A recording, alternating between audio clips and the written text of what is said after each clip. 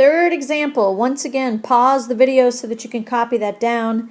Draw a picture of what's going on. If you try to do this without a picture, it's not going to work. So pause the video, read the problem, copy it down, draw your picture, and then unpause when you're ready. All right, so my picture is going to look like this.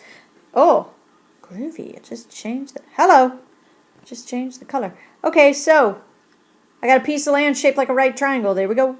Both friends, people are going to start right there at the center, and they're going to start walking. One of them's going to walk that way. One of them's going to walk that way. They're walking at the same rate, which means at any given point, their distance is going to be the same distance from that little corner. Okay, so as time goes, they both get a little further away. And so what they're talking about here is there is an area, at any given time, we can calculate the area of that little triangle formed from where each person is with the little center. Okay, and that area is changing depending on how far away. So let's go through my problem solving steps the way I said we should. And that's first thing, find what they're asking for. The question is, how fast are the people moving when they're 5 minutes from the angle? So they want how fast. That means they want a speed. Speed is a rate of change. That's derivative. And so I'm going to call that distance. I don't know. That's just what I'm going to call it. So they want to know how fast are they moving. That's the rate of speed. Like how much is this distance changing? You can call that whatever letter you want. I don't know what to call it here. Let's just call it D for distance, right? So they gave me, I want the derivative of the distance. And that's what I'm looking for, derivative of the distance. Okay, so the second thing I told you to do is go through the other numbers they give you and fill out what that is. So here's a number. Let's look at what that is. The area formed by the positions is changing at that. That's a rate. So they gave me the rate of the area. The rate the area is changing. So they gave me dA equals 4 meters squared per second. Okay, now that's all they gave. Oh, they gave me this. Here's the other number. It's the number 5. What is that? 5 meters from the angle. That's a distance. So they want to know, they gave me a distance of 5. So D equals 5. Okay, identical steps from my last two problems. Even though the problems sound very different, my steps are the same. Figure out what they're asking for first, find the other numbers in the problem, and label what they are. The third thing I told you that every problem's going to have is a formula to start with. Well, this is a geometry formula. We're talking about area of triangles, so that's your formula. If you forget all your geometry formulas, get out your phone or your computer, Google formula for area of a triangle. Okay, I mean, that you don't have to have those things memorized, just look them up. All right, and if you do that, you're going to find out the area of a triangle is 1/2 the base times the height. Okay, problem number 1.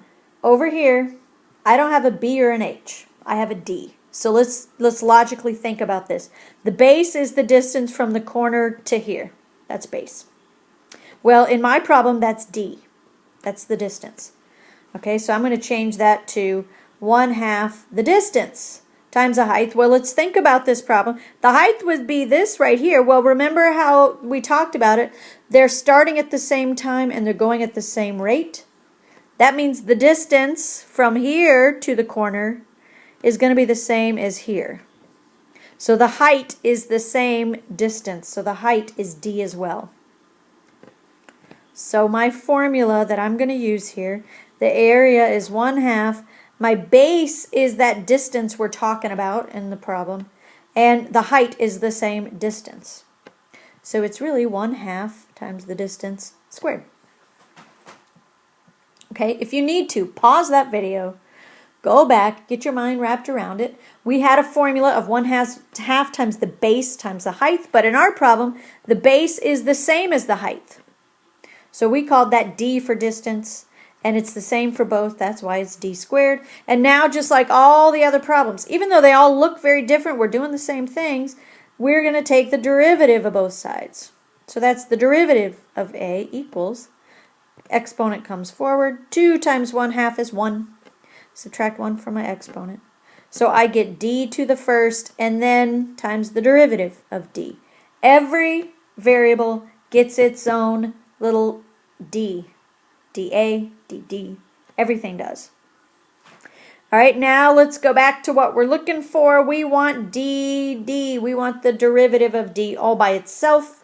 That means I have to get rid of this d so that my d, that's a lot of d's. Get rid of that.